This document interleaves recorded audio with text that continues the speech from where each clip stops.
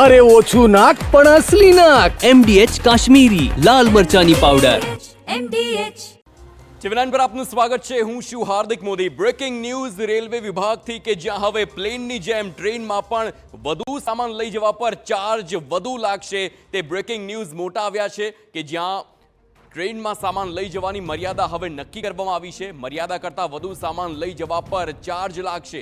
લોકસભામાં ચર્ચા દરમિયાન અશ્વિની વૈષ્ણવે માહિતી આપી છે.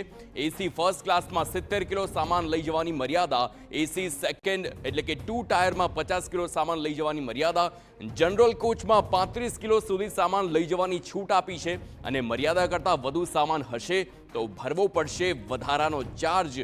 આ પ્રકારની માહિતી હાલ સામે આવી છે.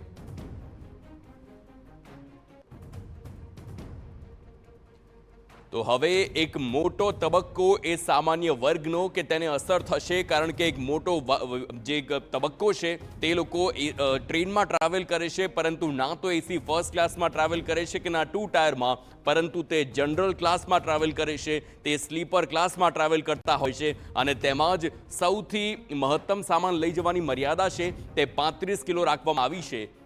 તે જોઈ રહ્યું સંવાદદાતા સચિન પાટીલ ફોન લાઈન પર. સચિન, જે પ્રકારના જે વજનની વાત કરવામાં આવી છે, 35 કિલોથી લઈ 70 કિલો સુધીની આખી આ રેન્જ છે, પરંતુ જો વધુ સામાન લઈ જવો હોય તો કેટલો ચાર્જ ભરવો પડી શકે છે? શું મળી રહી છે વિગતો?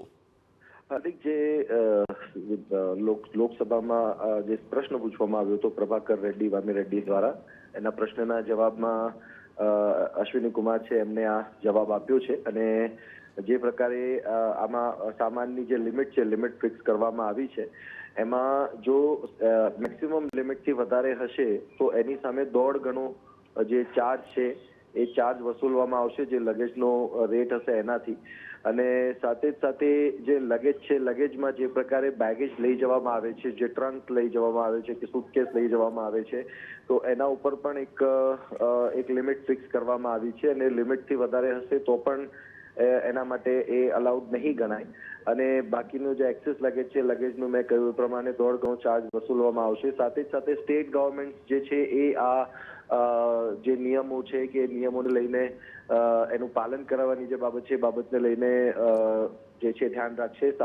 આરપીએફ અને રેલવે પોલીસ જે છે એ પણ આ બાબતને લઈને લોકોને જે છે એ ચેકિંગ કરતા રહેશે અને એન્ફોર્સમેન્ટ એજન્સી તરીકે એમનું કામ કરશે.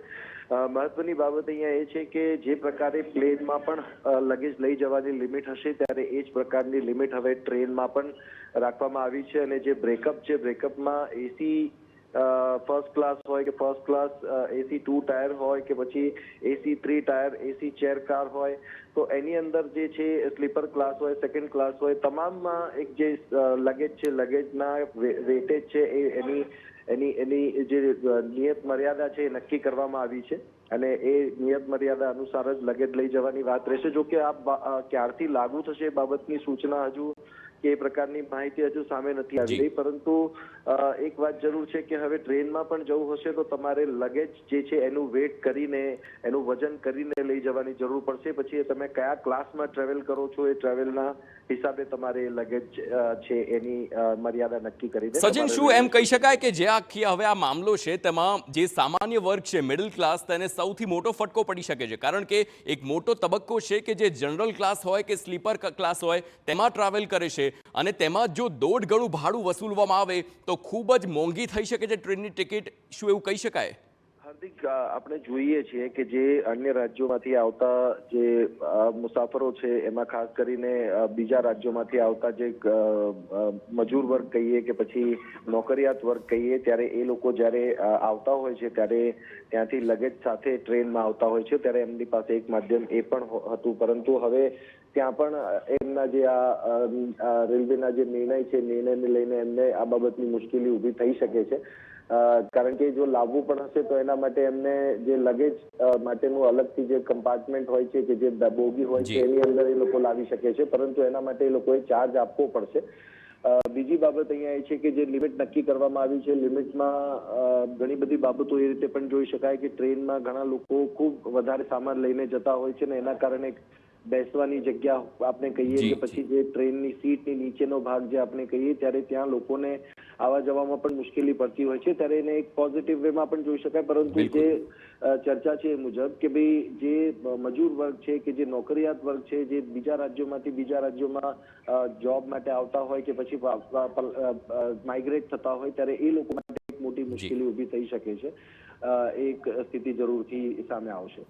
બિલકુલ આભાર સચિન સમગ્ર માહિતી બદલ. તો હવે અલગ અલગ 3 ટાયર હોય કે સ્લીપર ક્લાસ હોય, તમામ માટે અલગ વજન નક્કી કરવામાં આવ્યું છે. જો આપ જનરલ કોચમાં ટ્રાવેલ કરો છો તો 35 કિલો સુધી સામાન લઈ જઈ શકાશે. એસી ફર્સ્ટ ક્લાસમાં સૌથી વધુ છે, એટલે કે 70 કિલો સુધીનો સામાન. 2 ટાયર એસીમાં 50 કિલોનો સામાન. અને આ સાથે જ જનરલ ક્લાસની વાત કરવામાં આવે, એસી 3 ટાયરની વાત કરવામાં આવે તો 40 કિલો સામાન ત્યાં લઈ જઈ શકાય છે. અને જનરલ કોચમાં 35 અને સ્લીપર ક્લાસમાં 40 કિલો સુધીનો સામાન આપ લઈ જઈ શકો છો. જો એનાથી વધુ સામાન આપ લઈ જવા ઈચ્છો છો તો જે પ્રકારે અમારા સંવાદદાતાએ જણાવ્યું છે કે વધુ ભાડું ચૂકવવાનું આવશે, 1.5 ગણું ભાડું ચૂકવવામાં આવી શકે છે.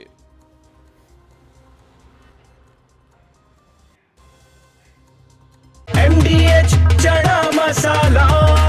હવે છોલા હોય કે ચોળા, સફેદ ચણા હોય કે કાળા ચણા, બધું મજેદાર બનશે. MDH